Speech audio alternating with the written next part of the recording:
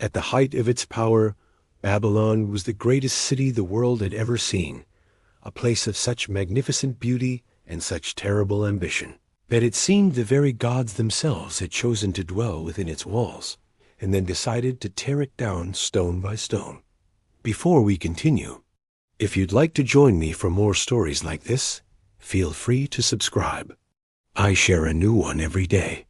And if you don't mind, leave a comment and tell me where you're listening from and what time it is for you right now. I love seeing how far these stories travel. To understand Babylon, one must first understand the land from which it emerged.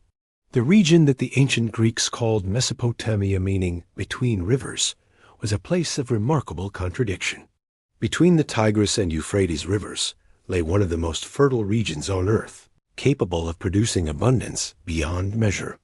Yet this same region was also a place of constant conflict, where the rivers could bring life-giving water or catastrophic flooding, where diverse peoples competed for resources and dominance, where power was perpetually contested and never permanently secured.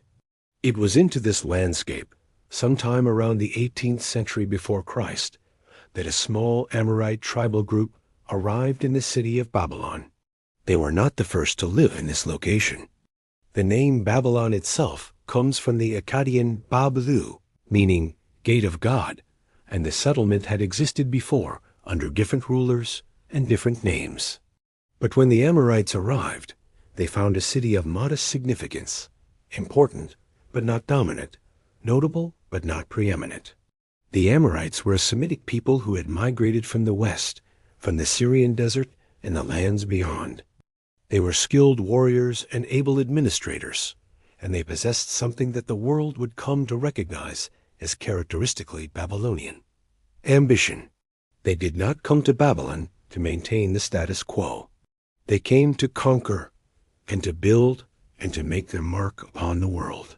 The early Amorite kings of Babylon were aggressive and expansionist.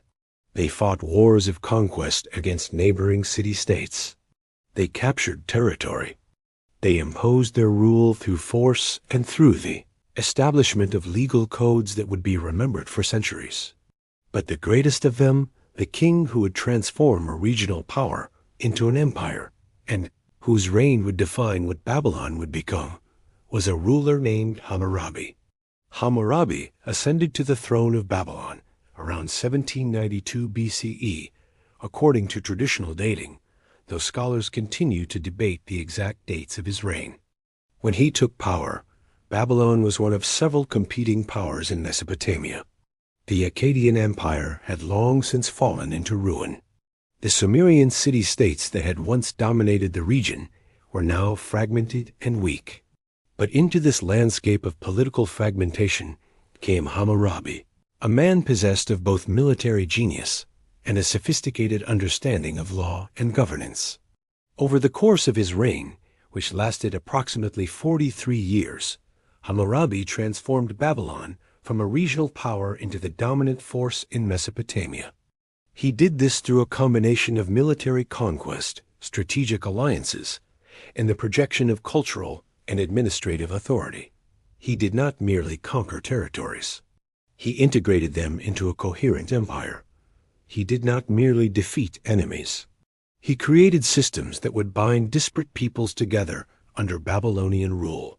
Hammurabi's campaigns were relentless. He marched north against the kingdom of Mari, a powerful city-state that had long competed with Babylon for dominance in the region. He marched south and east, expanding Babylonian territory in all directions. He formed alliances when it served his purpose and broke them when consolidating power required it. In one famous campaign, he defeated the Elamites, peoples from the mountains to the east, who had long threatened Babylonian security. By the end of his reign, Babylon controlled most of Mesopotamia, from the marshes of the south to the mountains of the north. But Hammurabi understood that military conquest alone was not sufficient to hold an empire together. Conquered territories had different laws, different customs, different traditions. People who had been forced to submit to Babylonian rule might rebel if given the opportunity. The solution? Hammurabi realized was to establish a unified legal system that would apply across all his territories.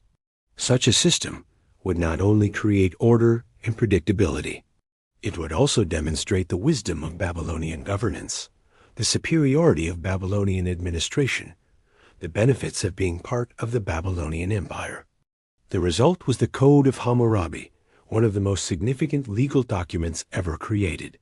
It was not the first written law code. Earlier rulers had created their own legal systems, but it was more comprehensive, more detailed, more widely promulgated than any that had come before. The code contained 282 laws, covering everything from property disputes to murder, from commerce to slavery, from sexual conduct to medical malpractice. The laws were not equal in their application. Justice was not blind or colorblind in Hammurabi's code. The punishments for crimes varied based on the social status of the victim and the perpetrator. Free persons received different justice than slaves. Men received different treatment than women in many cases. The powerful received more favorable treatment than the weak. Yet despite its inequities, or perhaps because of them, because it reflected and reinforced existing social hierarchies, the Code of Hammurabi was perceived as just and wise. It was written not on parchment or paper, but on stone monuments called stelae, so that it could be read by all who approached the seat of justice. The famous opening line proclaimed that the gods had endowed Hammurabi with justice to make righteousness prevail in the land. The code was thus presented not as the arbitrary will of one man, but as a reflection of divine wisdom, as the will of the gods expressed through the mouth of their chosen ruler. The code contained the principle of retaliation, an eye for an eye, a tooth for a tooth. It contained provisions for compensation to victims. It established procedures for resolving disputes. It assigned penalties for theft, violence, and dishonesty. In many ways, it represented an advance in legal thinking. Rather than relying on the arbitrary judgments of individual rulers or the customary practices of different peoples, Hammurabi had created a systematic, written, accessible code of law. A merchant in a distant city subject to Babylon could know, in advance, what the legal consequences of his actions would be. A citizen could appeal unjust judgments based on explicit written law rather than on custom or the whim of a judge.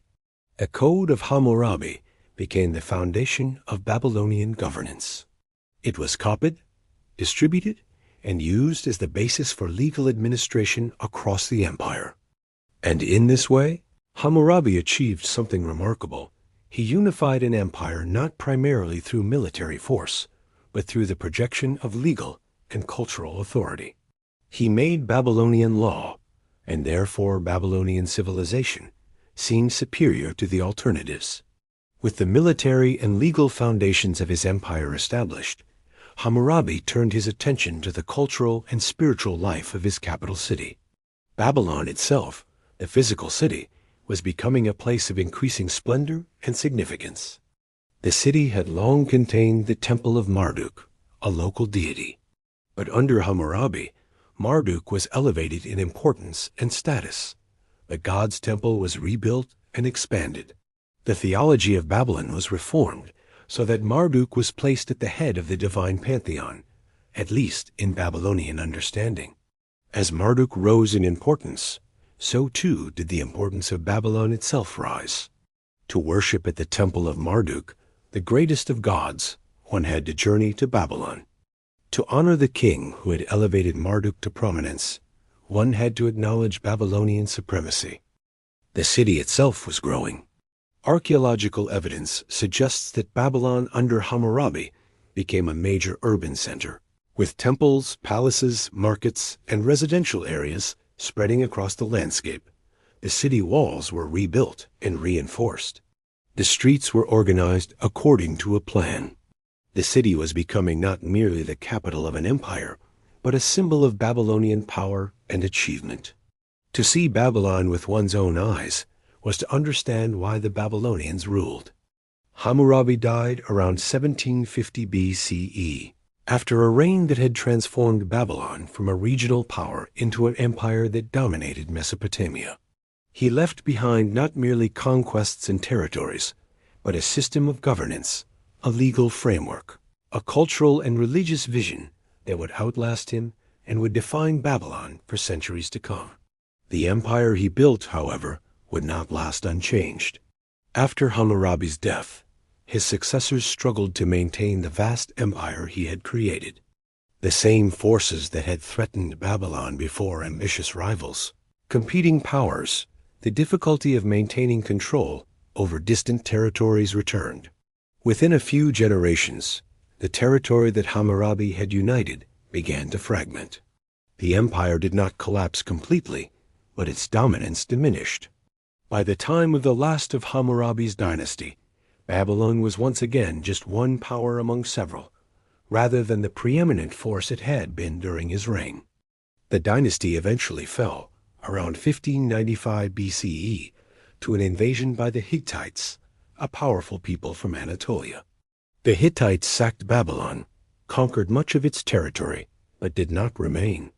Their own empire had other concerns, other frontiers to defend.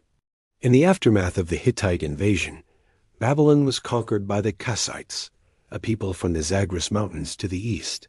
The Kassite dynasty would rule Babylon for more than 4 centuries, making it one of the longest-lasting dynasties in the ancient world. Under the Kassites, Babylon continued to exist as a significant power, but it was not the dominant force it had been under Hammurabi. The Kassites were capable administrators and military commanders, but they did not possess the ambition or the genius of Hammurabi. The city continued to be a major center of trade and culture. The Temple of Marduk continued to be maintained and honored. But Babylon was now one great power among several of the Egyptians. The Hittites and the kingdoms of Syria competed for dominance in the eastern Mediterranean and the Fertile Crescent. The Kassite period was a time of relative stability for Babylon, but it was also a time when the city's preeminence faded. The great powers of the era were the empires of the Egyptians and the Hittites, whose kings corresponded with each other as equals, who competed for dominance in Syria and Mesopotamia. Babylon was respected and strong, but it was no longer supreme. This state of affairs continued for centuries. Babylon passed through various periods of strength and weakness, conquest and independence, glory and obscurity. The city was conquered by the Assyrians, who had emerged as a new superpower in Mesopotamia. The Assyrian Empire, which was powerful and terrible, dominated the region from roughly the 9th century BCE onward. Under Assyrian rule, Babylon was reduced to the status of a provincial city within a larger empire. The great ambitions and achievements of Hammurabi seemed like a distant memory. But the Assyrian Empire, for all its strength and military prowess, contained within itself the seeds of its own destruction. The empire was built on conquest and domination, maintained through military force and terror. The Assyrians were skilled warriors and effective administrators, but they were also harsh rulers who provoked resentment and resistance among the peoples they conquered. They had enemies everywhere, peoples who resented Assyrian dominance, who longed for independence, who would rise up against Assyrian rule if given the opportunity. That opportunity came in the late 7th century BCE. A new power was emerging in Mesopotamia, the Chaldeans, a Semitic people who had migrated into southern Mesopotamia centuries earlier and had gradually become integrated into the region. The Chaldeans were skilled warriors and ambitious rulers, and they saw in the weakening of Assyrian power an opportunity to establish their own dominance. They allied with the Medes, a people from the mountains to the east, and together they launched an assault on the Assyrian Empire. The Assyrian Empire crumbled with surprising speed. The great cities of Assur and Nineveh, capitals of Assyrian power, fell to the combined assault of Chaldeans and Medes. By 609 BCE, the Assyrian Empire had been destroyed, its territories divided among its conquerors. And in the aftermath of Assyrian collapse, a new power rose to fill the vacuum, the Chaldean dynasty, which would establish its capital in Babylon and would make the ancient city great once more. The Chaldean dynasty, also known as the Neo-Babylonian Empire, marked the beginning of what is often called the second wave of Babylonian greatness. The first great period of Babylon, under Hammurabi, had been one of military conquest and legal innovation. This second period would be one of cultural achievement, architectural grandeur, and commercial prosperity. The Chaldeans who ruled Babylon were not conquerors of the same order as Hammurabi had been, but they were extraordinary builders and administrators. The greatest of the Chaldean kings was Nebuchadnezzar II, who ruled from 605 to 562 BCE. Nebuchadnezzar inherited a kingdom that had just been established through the defeat of Assyria, and he spent his reign consolidating Chaldean power, expanding Babylonian territory through military campaigns, and transforming Babylon itself into a city of such legendary beauty that it would be remembered for thousands of years. Nebuchadnezzar's military campaigns were successful and extensive. He campaigned in Syria, in Judea, and in other regions bordering Babylon, expanding Chaldean territory and establishing Babylonian dominance throughout the region. He besieged Jerusalem and conquered the kingdom of Judah, taking many of its people into captivity in Babylon, an event that would be remembered in Jewish tradition as the Babylonian captivity, and that would be recorded in the Hebrew Bible. These military successes were important for establishing Babylonian security and expanding its territory, but they were not the primary focus of Nebuchadnezzar's reign. Instead, Nebuchadnezzar's true genius lay in urban development and cultural achievement. He devoted enormous resources to transforming Babylon itself into a city of unprecedented magnificence. He rebuilt the walls of the city, making them larger and more impressive than they had been before. He expanded the Temple of Marduk, Babylon's patron god, creating a religious complex of extraordinary complexity and beauty. He built palaces of stunning architectural achievement. He created gardens, the famous Hanging Gardens of Babylon, though whether these actually existed or are merely legendary remains one of the great historical mysteries. Most famously, Nebuchadnezzar undertook a massive reconstruction of the processional way, the street through which the statues of the gods were carried during important religious festivals. The processional way was lined with massive walls decorated with glazed bricks depicting bulls, dragons, and lions, the sacred animals of Babylon's gods. The effect was one of overwhelming magnificence. To walk the processional way during a festival would have been to experience a vision of overwhelming power and beauty, a vision that would reinforce the greatness of Babylon and the favor of the gods. The city itself became a symbol of Babylonian achievement. It was, by the accounts of ancient writers, a city of remarkable size for its time, with a population that may have reached several 100,000. It was surrounded by massive walls so thick and so tall that they were considered one of the wonders of the ancient world. The gates of the city, of which the most famous was the Ishtar Gate, dedicated to the goddess of love and war, were monumental structures that announced to all who approached the power and grandeur of Babylon. But Babylon under Nebuchadnezzar was not merely a military and political power. It was also a center of learning and culture. The city attracted scholars, astronomers, mathematicians, and priests from across Mesopotamia and beyond. The Library of Babylon contained thousands of clay tablets with texts on every subject, imaginable religious texts, mathematical treatises, medical knowledge, historical records, literary works. Babylonian astronomy was the most advanced in the world. Babylonian mathematics was sophisticated and elegant. Babylonian literature and poetry were recognized as among the finest achievements of human creativity. The city's economy was based on trade. Babylon sat at a crossroads of trade routes connecting the Mediterranean to the east, Egypt to the southwest, Anatolia to the north. Merchants from across the known world came to Babylon to buy and sell goods. The city was full of markets where one could purchase anything from the basic necessities of life to the most exotic luxuries. The wealth that flowed through Babylon's markets enriched not only the merchants, but also the government, which taxed trade and controlled key trade routes. In Nebuchadnezzar's time, Babylon seemed eternal and invincible. The city had survived the fall of Assyria and the rise of Persian power in the east, adapting and prospering through these changes. The temples were maintained and honored. The gods were regularly propitiated through sacrifice and ritual. The laws were administered fairly. The people were mostly content. Babylon had achieved a kind of stability and prosperity that seemed as though it could last forever. Yet the very prosperity and splendor of Babylon contained within it the seeds of future decline. The resources devoted to building and beautifying the city, while producing magnificent monuments, also represented wealth that might have been used for other purposes, for military expansion, for economic development, for the improvement of agricultural productivity.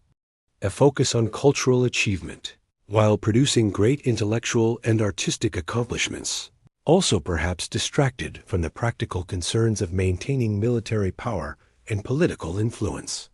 Moreover, the political situation in the broader world was changing in ways that Babylon could not control. To the east and north, the Persian Empire was rising. The Persians, under their great king Cyrus, had created an empire that dwarfed Babylon in size and resources. The Persians conquered territory after territory, bringing ever larger areas under their control. It was only a matter of time before Persian ambitions turned toward Babylon. Nebuchadnezzar died in 562 BCE, after a reign of more than 40 years. After his death, the Chaldean dynasty began to fragment. His successors were not men of his caliber. They lacked his vision, his administrative genius, his ability to balance military strength with cultural achievement. The kingdom began to decline. There were disputes over succession. There were conflicts between different factions within the government. The unity that Nebuchadnezzar had maintained began to fracture. One ruler of this period was a man named Nabonidus, who ruled from 556 to 539 BCE. Nabonidus was an unusual figure in Babylonian history. Unlike previous kings, he did not focus his attention primarily on maintaining military power or conducting military campaigns. Instead, he devoted much of his reign to religious reforms and to the restoration of temples and religious monuments. He attempted to reorganize the religious structure of Babylon, elevating the moon god Sin to a position of prominence that challenged the traditional supremacy of Marduk. These religious reforms were not universally welcomed in Babylon. The priesthood of Marduk, which had long held great power and influence in Babylonian society, resented Nabonidus's attempts to reduce Marduk's importance. The people of Babylon were accustomed to Marduk as their patron god, and the attempt to elevate another god in his place was seen as a threat to Babylonian identity itself. Moreover, Nabonidus was perceived by some as impious, or at least heterodox in his religious views. In the competitive political environment of the declining Chaldean dynasty, these religious disputes became markers of political loyalty and division. While Nabonidus was focused on religious matters, the Persian Empire continued to expand. Cyrus the Great and his successors extended Persian control over more and more territory. The Persians conquered the kingdom of Lydia in what is now Turkey. They conquered Egypt and Syria. They moved steadily closer to Babylon. Babylon was now surrounded by Persian territories and was clearly in the path of Persian imperial ambition. In 539 BCE, Cyrus led the Persian army against Babylon. The city that had seemed so eternal, so mighty, so secure in its power and magnificence, fell to the Persians almost without a struggle. The Persian army entered the city through its gates. There was no great siege, no dramatic battle, no heroic last stand. According to some accounts, the people of Babylon welcomed the Persians, believing that Persian rule would bring peace and stability after years of political instability and conflict. The fall of Babylon to the Persians marked the end of the Chaldean dynasty and the end of Babylon's independence as a self-governing state. The city would continue to exist and would continue to be an important city within the Persian Empire. Babylon would remain a major center of trade and culture, but it would never again be the capital of an independent nation or the seat of an empire. Why did Babylon fall? This question has occupied historians and scholars for centuries. The answer is not simple, because the fall of Babylon was not a simple event. It was not caused by a single factor or a single moment of failure. Rather, it resulted from the convergence of multiple factors over an extended period of time. First, there was the problem of succession. In many early kingdoms and empires, the transition from one ruler to the next was fraught with danger. The death of a great king like Hammurabi or Nebuchadnezzar created a vacuum of power that was not always filled smoothly. Successors had to prove their worth. They had to establish their authority. If they were weak or ineffective, they faced challenges from ambitious rivals or from factions within the government that saw an opportunity to seize power. The Chaldean dynasty experienced this problem particularly acutely after Nebuchadnezzar's death. His successors were simply not men of his stature. They were not as skilled at managing the complex politics of the empire. They were not able to command the same respect from the military, the priesthood, and the people. The result was that power fragmented. Different factions within the government pursued their own interests rather than working toward the collective good of the kingdom. Second, there was the problem of external pressure. The Babylonian Empire existed within a larger world of competing powers. To the north, east, and west were other kingdoms and empires with their own ambitions and their own military power. As long as Babylon was strong and well-governed, it could maintain its independence and protect its interests. But as Babylon grew weaker internally, as its government became less unified and less effective, it became vulnerable to external pressure. The Persian Empire was the most significant of these external pressures. The Persians were not merely another regional power. They were a massive empire with vast resources, a well-organized military, and an ambitious program of conquest and expansion. Under Cyrus the Great, the Persians had created an empire that stretched from Egypt to India. Babylon, for all its historical importance and cultural significance, was simply in the path of Persian expansion. Third, there was the problem of economic sustainability. Maintaining a great empire requires constant resources to support the military, to maintain the infrastructure, to pay the administrators and the priesthood. The economic wealth that supported Babylon came primarily from trade. As long as Babylon could maintain control of trade routes and ensure that merchants felt safe trading within Babylonian territory, the wealth would flow in and could be devoted to maintaining power. But as political instability increased, as the government became less effective, the merchants became less confident. Trade declined. Tax revenues fell. The government had less money to devote to the military, to public works, to the maintenance of order. This in turn further decreased confidence in the government, leading to further decline in trade and further decrease in revenue. A vicious cycle was created in which weakness led to further weakness. Fourth, there was the problem of loss of consensus. In any empire, the unity of the state depends to a significant degree on a consensus that the existing order is legitimate and worth maintaining. If the people believe in their rulers, if they believe that the government is just and effective, if they believe that the empire is worth defending, then the empire can maintain itself even against external pressure. But if this consensus is lost, if the people begin to doubt the legitimacy of their rulers or the justice of the system, then the empire becomes vulnerable. By the time of Nabonidus, this consensus was clearly eroding.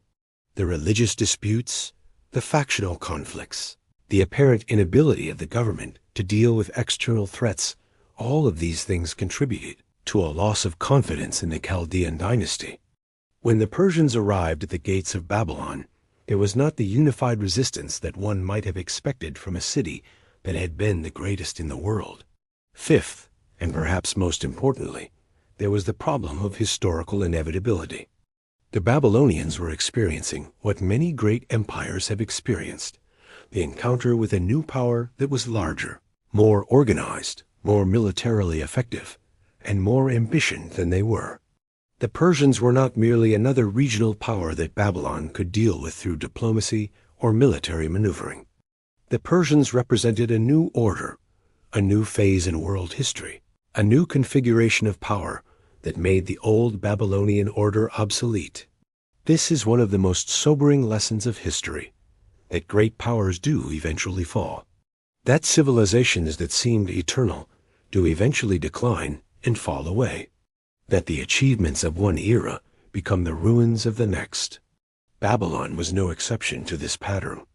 For a very long time, by any historical measure, it was the greatest power in the world. But that time did not last forever. No time does. What happened to Babylon after its fall to the Persians? The city did not disappear. It did not become a ruin or an abandoned site. Instead, it became a provincial city within the Persian Empire, still important, still significant, still wealthy, but no longer supreme. Under Persian rule, Babylon was treated in many ways with respect. The Persians were pragmatic rulers who understood that they could not govern all their territories through military force alone. They needed the cooperation of local elites and the acceptance of local populations. To secure this cooperation, they often allowed local traditions, local religions, and local laws to continue. In Babylon's case, this meant that the Temple of Marduk was maintained, that Babylonian culture and learning were respected, that the city retained much of the character that had defined it under the Chaldeans. Yet the change was profound nonetheless. Babylon was no longer the capital of an independent state. It was now a city within an empire whose capital was in Susa or Persepolis, far away in Persia. The decisions about Babylon's future were made not in Babylon but in the imperial court, in consultation with the Persian king. The city's role was now to produce wealth and tribute for the Persian Empire, to maintain order within its territories, to ensure that merchants could trade safely, to maintain the cultural and religious traditions that kept the population content. This status lasted for about 2 centuries. Babylon continued to be important during the Persian period. It was the site of periodic revolts and uprisings, as local populations periodically attempted to reassert independence or resist Persian control, but these were suppressed. The city remained prosperous, though not as dramatically wealthy as it had been under Nebuchadnezzar. Then, in the late 4th century BCE, a new conqueror arrived. Alexander the Great, the young Macedonian king who had conquered the Persian Empire, came to Babylon.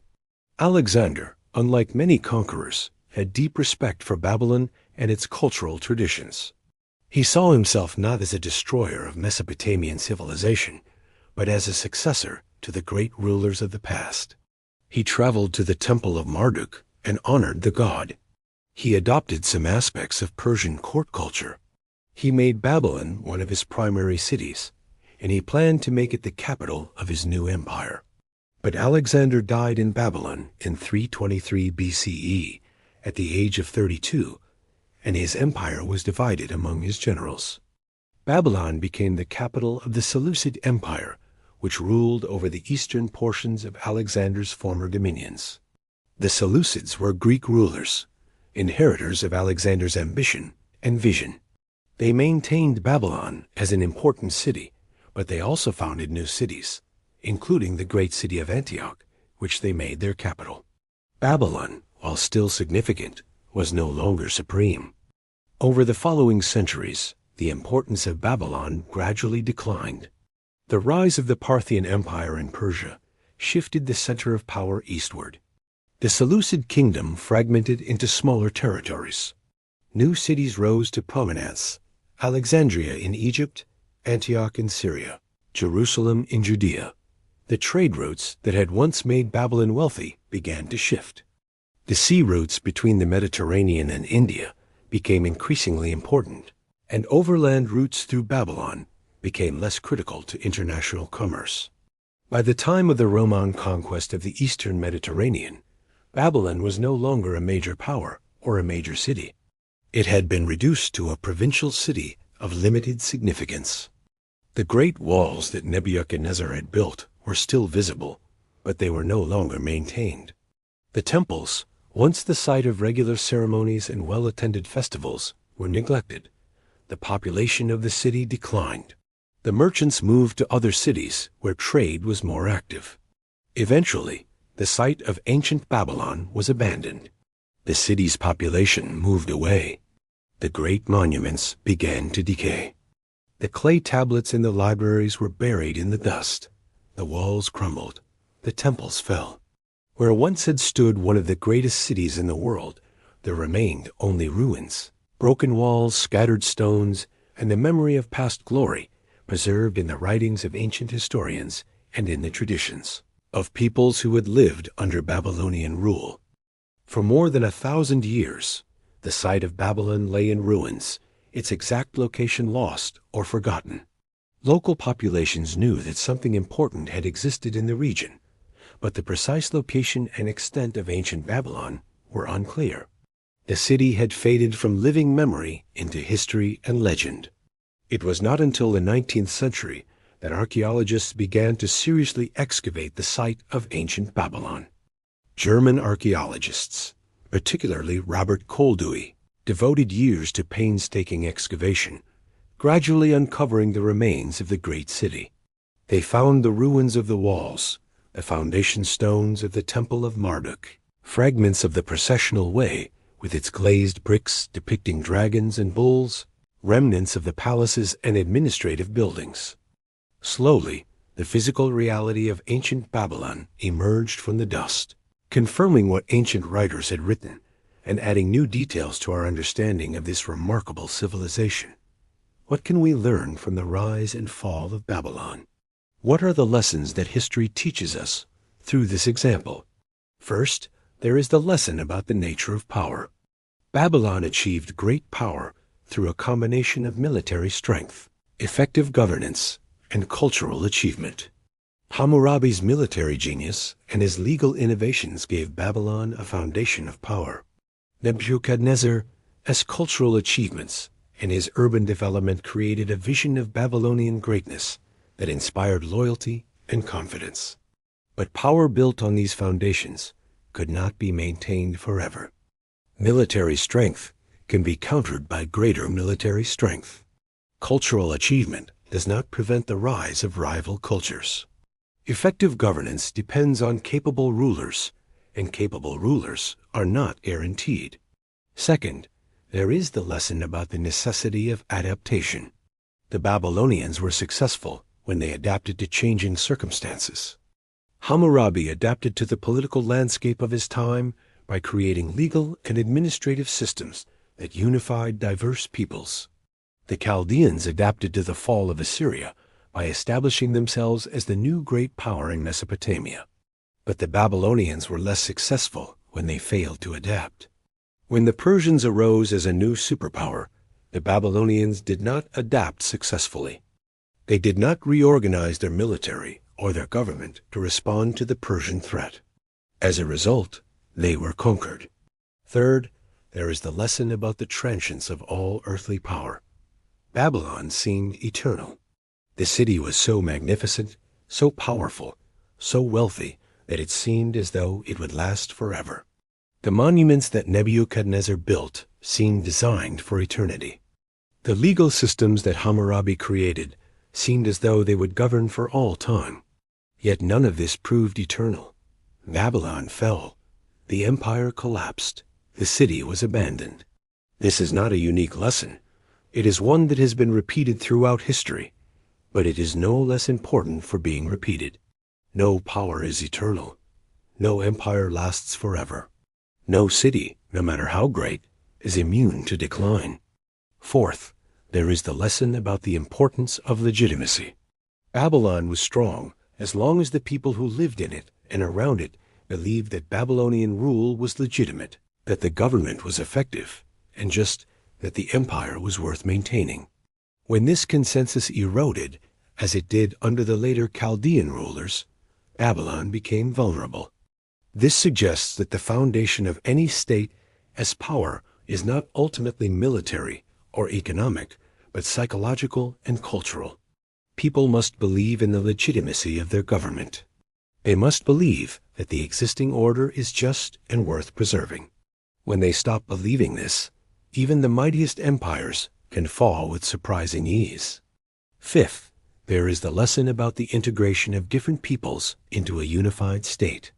Babylon was successful when it could integrate diverse populations into a coherent whole.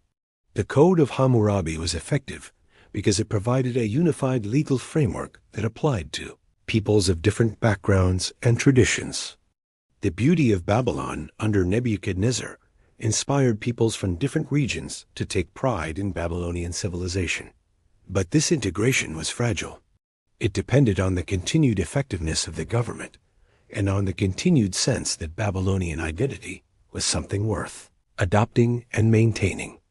When external pressure increased and internal governance became less effective, the diverse peoples who made up the empire began to drift apart. The physical city of Babylon is gone. The great walls have crumbled to ruins. The temple of Marduk is no more. The palaces of Nebuchadnezzar are covered in dust. The hanging gardens, if they ever existed, have left no trace. The merchants no longer gather in the markets. The scholars no longer write their treatises in the libraries. The priests no longer conduct their rituals in the temples. The ordinary people no longer walk the streets, conducting their daily business in one of the world's greatest cities.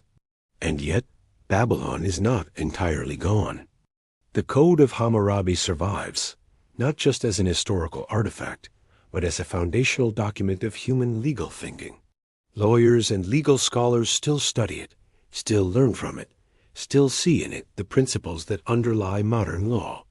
The mathematics and astronomy of the Babylonians survive in the form of knowledge that has been transmitted across the centuries. The literature of Babylon, the epics, the poems, the story survives in translation and still speaks to something fundamental in human experience. More broadly, Babylon survives in memory. We remember it as the ancient writers described it. We see it in the dreams and visions of poets and artists who have been inspired by its example. We see it in the stories told by the Bible, which recorded the Babylonian captivity and preserved the memory of Babylon as a place of captivity and exile.